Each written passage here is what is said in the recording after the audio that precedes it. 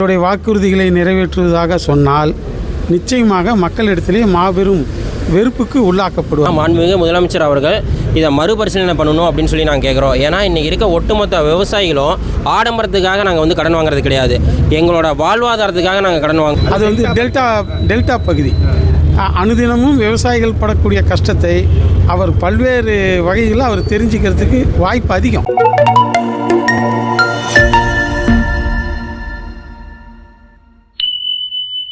சிறு குறு விவசாயிகளுக்கு முழுசாக கடன் தள்ளுபடியும் பெரு விவசாயிகளுக்கு 50% கடன் தள்ளுபடியும் தேர்தல் வாக்குறுதி கொடுத்துருந்தாங்க. அதை நம்பி இன்றைக்கி தமிழகத்தில் இருக்கக்கூடிய ஒட்டுமொத்த விவசாயிகளும் நாங்கள்லாம் வாக்களிச்சிருந்தோம். இப்போ அவங்க கொடுத்துருக்கிற அறிக்கையை மிகப்பெரிய ஒரு ஏமாற்றத்தையும் வருத்தத்தையும் தந்திருக்கு. இதை நாங்கள் மறுபடியும் என்ன சொல்கிறோம் அப்படின்னா, மாண்புமிகு முதலமைச்சர் அவர்கள் இதை மறுபரிசீலனை பண்ணணும் அப்படின்னு சொல்லி நாங்கள் கேட்குறோம். ஏன்னா இன்றைக்கி இருக்க ஒட்டுமொத்த விவசாயிகளும் ஆடம்பரத்துக்காக நாங்கள் கடன் வாங்குறது கிடையாது, எங்களோட வாழ்வாதாரத்துக்காக நாங்கள் கடன் வாங்குகிறோம். இன்றைக்கி தமிழக அரசுகிட்ட இருக்கக்கூடிய நிதி சுமையை காமிச்சு இன்றைக்கி எங்களால் கடன் தள்ளுபடி பண்ண முடியாதுங்கிறாங்க. அதே வார்த்தையை விவசாயிகள் திருப்பி சொல்லி நாங்களாம் கடனில் இருக்கோம், எங்களோட கடன் சுமையினால் நாங்கள் மேற்கொண்டு விவசாயம் பண்ண முடியாதுன்னு சொல்லி நாங்கள் அறிவிப்பு கொடுத்தா இந்த தமிழக அரசு என்ன நிலைப்பாடுகள் எடுக்கும், மக்களோட நிலைமை என்னாகும்? இதை கருத்தில் கொண்டு மாண்புமிகு முதலமைச்சர் அவர்கள் மறுபடியும் இந்த அறிவிப்பை மறுபரிசீலனை பண்ணி 26, 27 நிதியாண்டுக்கு முன்னாடி வாங்கியிருக்க அனைத்து விவசாயிகள் கடனும் ஒட்டுமொத்தமாக தள்ளுபடி பண்ணணும்னு சொல்லி இளம் விவசாயிகள் சங்கத்து சார்பாக மாண்புமிகு முதலமைச்சர் அவர்களை வலியுறுத்தி கேட்டுக்கிறோம். ஓகே, இவர் வேளாண்மை அமைச்சர் இருக்கார் இல்லைங்களா? ஆமாம், அவர் தஞ்சை பகுதி தான். ஸோ அவருக்கு அந்த டெல்டா மாவட்டங்கிறதுனால அவருக்கு விவசாய மக்களுக்கு நல்லாவே தெரிஞ்சிருக்கும். அவருக்கு என்ன வேண்டும், இங்கே வரணும், பார்க்கணும், இல்லை கலா நிலவரம்லாம் பண்ணணும்னு நினைக்கிறேன். இல்லை, இப்போ என்னென்னா நாங்கள் வேளாண்மைத்துறை அமைச்சரை ஒரு மாவட்டத்தில் மட்டும் நீங்கள் செயல்படாமல் எல்லா மாவட்டத்தையும் நீங்கள் சுற்றுப்பயணம் மேற்கொள்ளுங்க.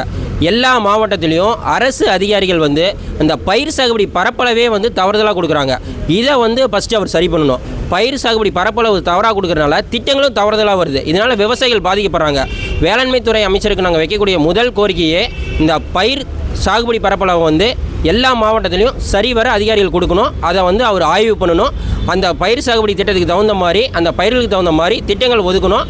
ஒரு திட்டம் கொண்டு வரதுக்கு முன்னாடி அந்தந்த மாவட்டத்தில் இருக்கக்கூடிய விவசாய சங்க பிரதிநிதிகளையும் விவசாயிகளையும் அழைத்து என்ன திட்டங்கள் வேணுங்கிறத கேட்டு அறியணும். இப்போ அது கடன் தள்ளுபடியும் அதே மாதிரி தான் ஆலோசனை பண்ணி எல்லார்கிட்டையும் பண்ணி தான். இல்லை, தேர்தல் அறிவிப்பு என்ன கொடுத்துருக்காங்களோ அதுபடி செய்யணும், அவ்வளோதான்.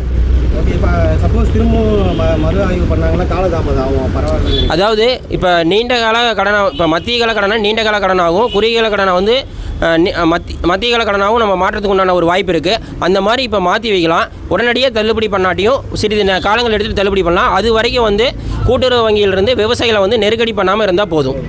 அதாவது இவர் தேர்தலுக்கு முன்பு பல்வேறு தரப்பு சம்பந்தமாக பல்வேறு வாக்குறுதிகள் கொடுத்துருந்தார். அதை அமுல்படுத்துகிற இடத்துல ஒரு இடைவெளி இருக்குது. ஐஏஎஸ் அதிகாரிகள் அப்படிங்கிறவங்க குறுக்க வராங்க.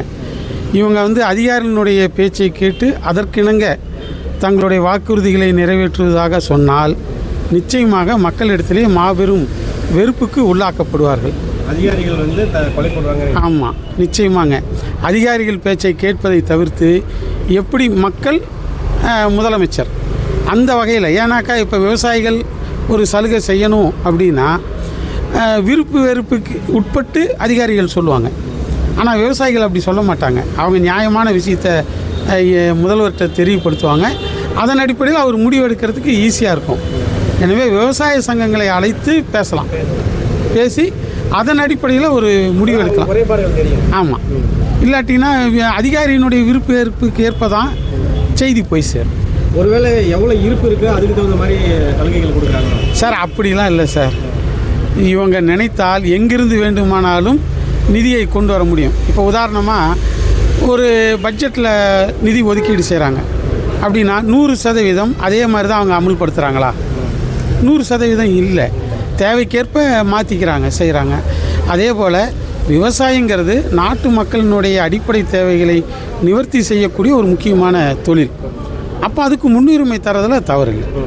மற்ற இடங்களில் இப்போ உதாரணமாக கரண்ட்டு கட்டே நைட்டு 2 மணி நேரம் வருதுன்னு வைங்க.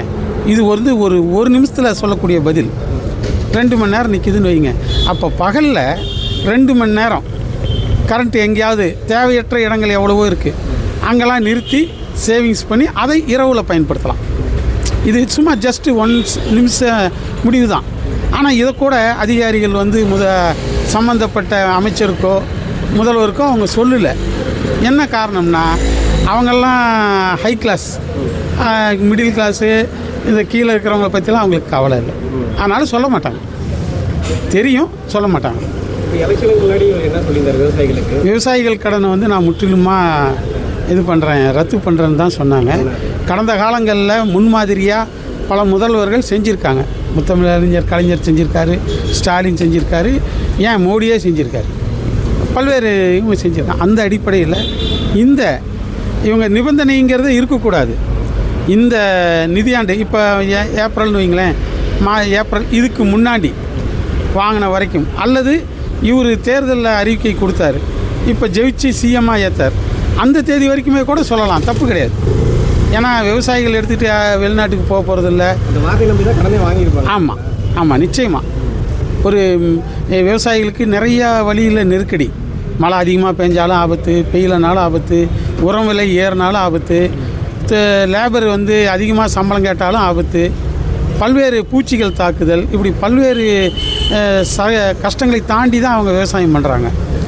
அவங்களுக்கு முதல்வருடைய செயல்பாடுங்கிறது இந்த அரசின் மீது நம்பிக்கை ஏற்படுத்தும் விதமாக இருக்கணும். ஒருதலைபட்சமாக இருக்குது. ஆமாம், இப்போ வந்து அவநம்பிக்கை ஏற்படுத்தும் விதமாக இருக்குது.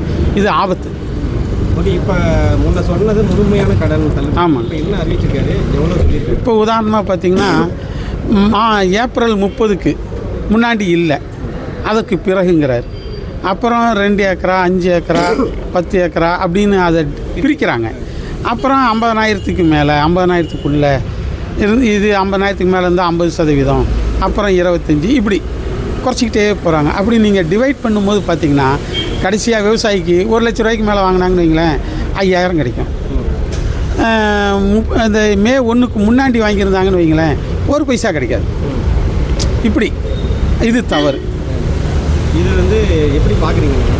அதான் சார், இது வந்து அதிகாரிகளினுடைய பேச்சை கேட்டு நிர்வாகத்தை நடத்தினால் அரசுக்கு கெட்ட பேர் ஏற்பட்டு வீட்டுக்கு தான் போகணும். மக்களை கேளுங்கள். மக்களுடைய பிரதிநிதிகள் அப்படின்னா விவசாய சங்க தலைவர்கள் இருக்காங்க, விவசாய சங்கத்தை கூப்பிட்டு பேச்சுவார்த்தை நடத்தலாம். ஆமாங்க, நடத்தினால் ஒரு தெளிவான முடிவுக்கு ஈஸியாக இருக்கும். மக்கள்கிட்ட நல்ல பேரும் கிடைக்கும், தெளிவான முடிவு எடுத்து அமுல்படுத்தலாம், செய்யலாம். அது நல்ல வழி. கடந்த காலங்களில் அப்படி தான் செஞ்சாங்க, இப்போ அப்படி இல்லை. முறைகள் யார் சம்மந்தப்பட்டிருக்காங்களோ அவங்கக்கிட்ட. ஆமாங்க, பாதிக்கப்பட்டவர்கள் தான் சரியான தீர்வை சொல்லக்கூடிய நபர். எந்த வகையிலும் பாதிக்கப்படாதவர் எப்படி சரியான தீர்வை சொல்ல முடியும்? ஐஏஎஸ் அதிகாரி வந்து விவசாயியை பற்றி எப்படி சொல்ல முடியும்? அவர் விவசாயம் செஞ்சு கஷ்டப்பட்டுருந்தா தெரியும், அவருக்கு அதுக்கும் சம்மந்தமே இல்லை. அப்போ இவர் வந்து அந்த புள்ளி விவரங்கள் இப்படி வச்சுக்கிட்டு பேசுவார். ஏட்டு சுரக்காய் கறிக்கு உதவாது. வேளாண் துறை அமைச்சர் யாருங்க, அவர்கிட்ட என்ன வேண்டுகோள்?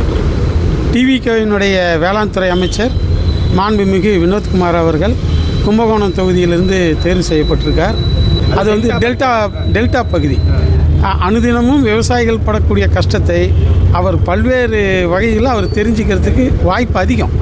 போராடினாங்கனாலும் பார்ப்பார். உறவினர்கள் விவசாயிகளாக இருந்தாலும் அவங்க கஷ்டம் தெரியும். அவராக கூட விவசாயியாக கூட இருக்கலாம். இருக்கலாம். வேளாண் துறை அமைச்சருக்கு எங்களுடைய பணிவான வேண்டுகோள் என்ன அப்படின்னா, விவசாய சங்கங்கள்லாம் ஒரு 500, 1000 இல்லைங்க, குறிப்பிட்ட எண்ணிக்கையில் தான் இருக்காங்க. எந்த ஒரு பிரச்சனையாக இருந்தாலும் அவர்களை வந்து ஒரு கூட்டி ஒரு நேரடியாக சந்தித்து அல்லது வரவழைத்தோ போயோ அவர்களை ஒரு இடத்துல சந்தித்து அவர்களுடைய கோரிக்கைகளை பெற்று அதை எந்த வகையில் உடனடியாகவோ படிப்படியாகவோ எப்படி நம்ம அதை அமுல்படுத்த முடியும் அப்படின்னு ஆய்வு செஞ்சு அதை மாதிரி செய்தால் அது வந்து அந்த பணியை அவர் 100% சிறப்பாக செய்ததாக இருக்கும். விவசாயிகள் பயனடைவார்கள். அதோடு மட்டுமல்லாமல் அவர்கள் ஒரு நிரந்தர வாக்காளர்களாகவும் மாறுவாங்க. இது வந்து அப்படி ஐஏஎஸ் அதிகாரிகள் பேச்சை கேட்டு செஞ்சால் கட்சியோட வளர்ச்சிக்கு இன்னும் நல்லா இருக்கும். கட்சிக்கு வந்து நிரந்தர வளர்ச்சி ஏற்படும், நல்ல பேர் கிடைக்கும், நிரந்தர வளர்ச்சி இருக்கும். இல்லைனாக்கா எல்லாமே தற்காலிகமாக போயிடும்.